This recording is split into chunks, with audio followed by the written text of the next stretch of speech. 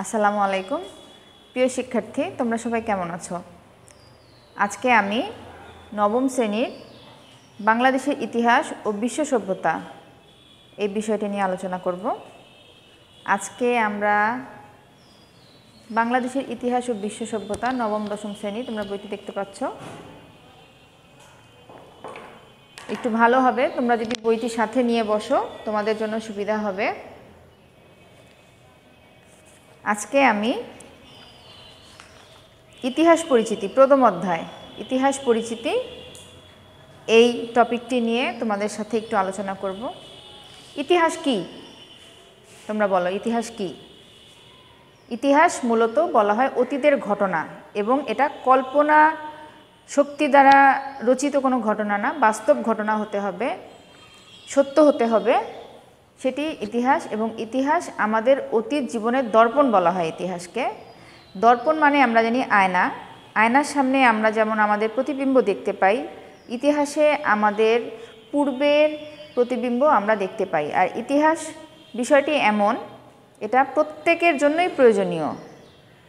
আমরা এখন যারা বিজ্ঞান বিভাগের বা বাণিজ্য বিভাগের, তারা হয়তো ইতিহাস পড়ি না, তাদের ধারণা যে না, ইতিহাসের তো প্রয়োজন নেই, ইতিহাস পড়ব কেন আমরা, কিন্তু প্রয়োজন আছে।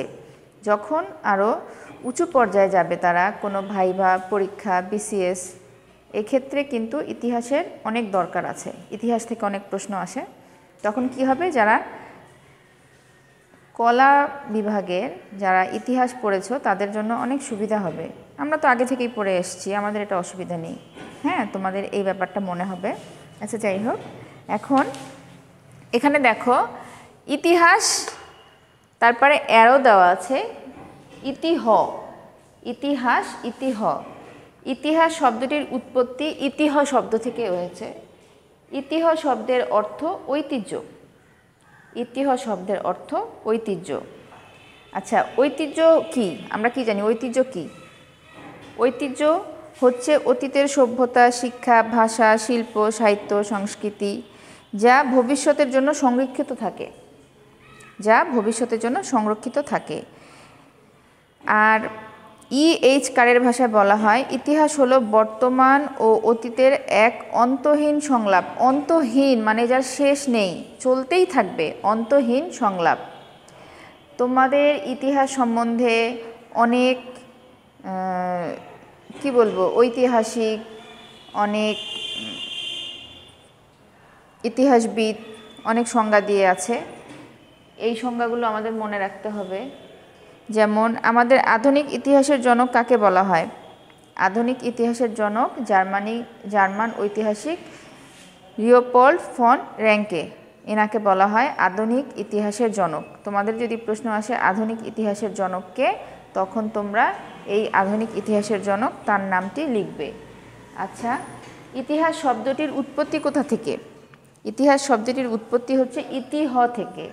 এটি গ্রিক শব্দ হিস্টোরিয়া থেকে, ইংরেজি হিস্ট্রি শব্দ, গ্রিক শব্দ হিস্টোরিয়া থেকে ইংরেজি হিস্ট্রি, যার অর্থ ইতিহাস, যার অর্থ ইতিহাস। ইতিহাস সাধারণত, ইতিহাসের উপাদান কি? ইতিহাসের উপাদান, ইতিহাসের আবার কিসের উপাদান? ইতিহাস তো হাত দিয়ে ধরা যায় না, চোখেও দেখা যায় না, তাহলে ইতিহাসের উপাদান? হ্যাঁ, ইতিহাসের উপাদান আছে। ইতিহাসের উপাদান হাত দিয়েও ধরা যায়, চোখেও দেখা যায়। ইতিহাসকে হাত দিয়েও ধরা যায়, চোখেও দেখা যায়। ইতিহাসের উপাদান দুই রকম, এক লিখিত উপাদান আর এক অলিখিত উপাদান। লিখিত উপাদান আমরা সবাই জানি, যেটা লিখা হিসাবে থাকে সেটাকে বলে লিখিত উপাদান। আর অলিখিত উপাদান, অলিখিত উপাদান কি? আচ্ছা, লিখিত উপাদান কি আগে সেটা বলো। পাণ্ডুলিপি, এটার সাথে আমরা সবাই পরিচিত। ইতিহাসের বই, এটার সাথে আমরা সবাই পরিচিত। ইতিহাসকে কাগজে কলমে সংরক্ষণ করে লেখা হয়, সেটা হচ্ছে ইতিহাসের লিখিত উপাদান। আর অলিখিত উপাদান কি? মুদ্রা, শিলালিপি, কোনো স্তম্ভ, ভাস্কর্য, এগুলা হচ্ছে ইতিহাসের অলিখিত উপাদান। তাহলে ইতিহাসের উপাদান কয় রকম? ইতিহাসের উপাদান দুই রকম, লিখিত উপাদান, অলিখিত উপাদান। তোমাদের আসতে পারে ইতিহাসের উপাদান কয়টি, বা ইতিহাসের উপাদান কি কি, বা ইতিহাসের উপাদান বলতে কি বুঝো, এ ধরনের প্রশ্ন আসতে পারে। ইতিহাসের উপাদানের প্রকারভেদ করো। ইতিহাসের উপাদান, তখন আমরা বলবো ইতিহাসের উপাদান দুই রকম, এক লিখিত উপাদান আর এক অলিখিত উপাদান। লিখিত উপাদান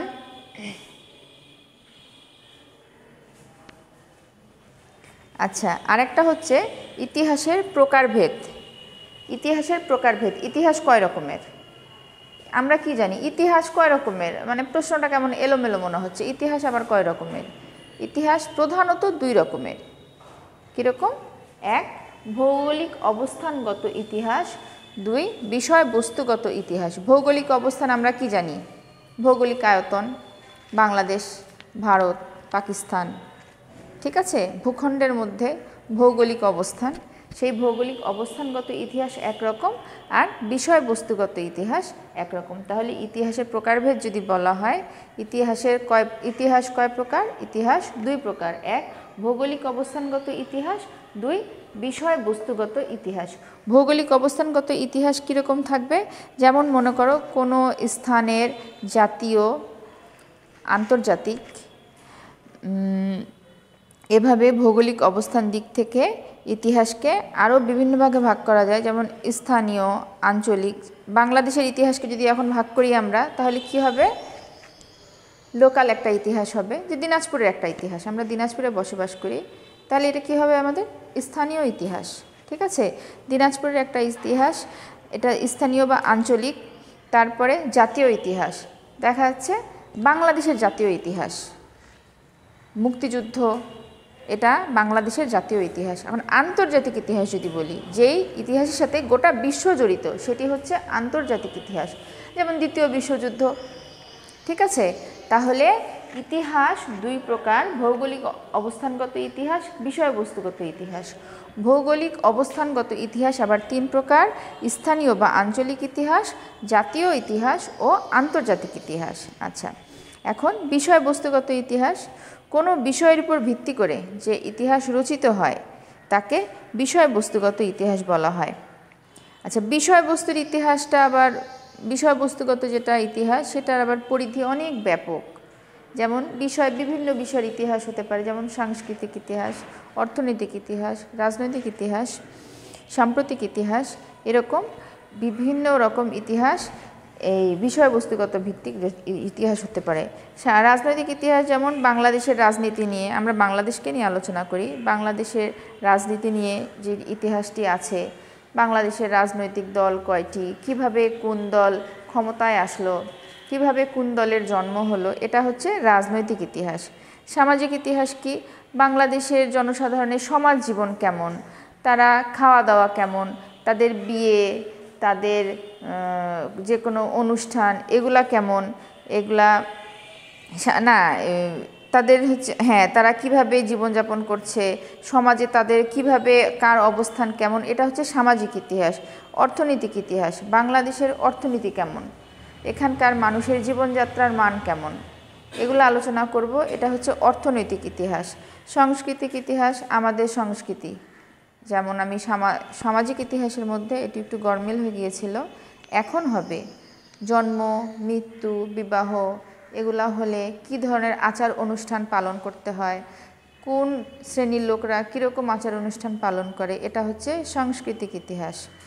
আর সাম্প্রতিক ইতিহাস মানে সাম্প্রতিকভাবে কি ঘটছে, সাম্প্রতিক অনেক রকম ঘটনা বাংলাদেশে ঘটছে, মেনশন করছি না, নিউজ পেপার দেখলে আমরা জানতে পারবো, এগুলো হচ্ছে সাম্প্রতিক ইতিহাস। আর 2 বছর পরে কিন্তু এগুলা ইতিহাস হয়ে থাকবে। এখন যেগুলো সাম্প্রতিক ঘটনা, আর 2 বছর পরে এগুলা ইতিহাস হয়ে থাকবে।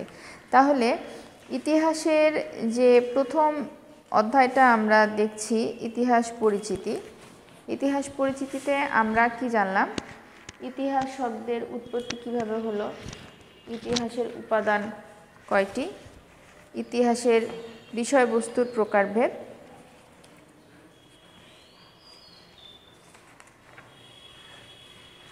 আর আরেকটা হচ্ছে ইতিহাস পাঠের প্রয়োজনীয়তা। ইতিহাস পাঠের প্রয়োজনীয়তা, ইতিহাস আমরা কেন পাঠ করব? কোনো প্রয়োজন আছে ইতিহাস পাঠ করার? কোনো প্রয়োজন নেই। কেন পাঠ করব? শুধু পড়ব না, ইতিহাস পাঠ করার প্রয়োজন আছে। আমরা যদি আমাদের অতীত জীবনকে জানতে চাই, আমাদের যেগুলো পিছনের ইতিহাস জানতে চাই, পিছনের ঘটনা জানতে চাই, আমরা কি, কোথায় ছিলাম, কোথা থেকে কিভাবে আসলাম, আমাদের বিবর্তন, আমাদের জাতির বিবর্তন, আমাদের সমাজের বিবর্তন, আমাদের ঐতিহ্যের বিবর্তন, পরিবর্তন জানতে চাই, তাহলে আমাদেরকে ইতিহাস পাঠ করতে হবে। ইতিহাসের প্রয়োজনীয়তা ব্যাপক। তাহলে আমি খুব ছোটোভাবে আজকে তোমাদের সঙ্গে ইতিহাস পরিচিতি নিয়ে আলোচনা করলাম। হ্যাঁ, প্রথম অধ্যায়টা নিয়ে আশা করি যে তোমরা বুঝতে পেরেছো ভালোভাবে। আর যদি কোনো রকম সমস্যা হয়, সবসময় তোমাদেরকে বলি সাবজেক্ট টিচারের সাথে যোগাযোগ করবে, কোনো রকম হেজিটেশন করবে না, কারণ টিচার আছেই তোমাদেরকে জানানোর জন্য। তোমাদের যেগুলো প্রবলেম হবে টিচারকে বলবে, টিচার সেগুলো যথাসাধ্য চেষ্টা করবে তোমাদেরকে এগুলো সমাধান দেওয়ার। সবাই ভালো থাকবে, সুস্থ থাকবে। আল্লাহ হাফেজ।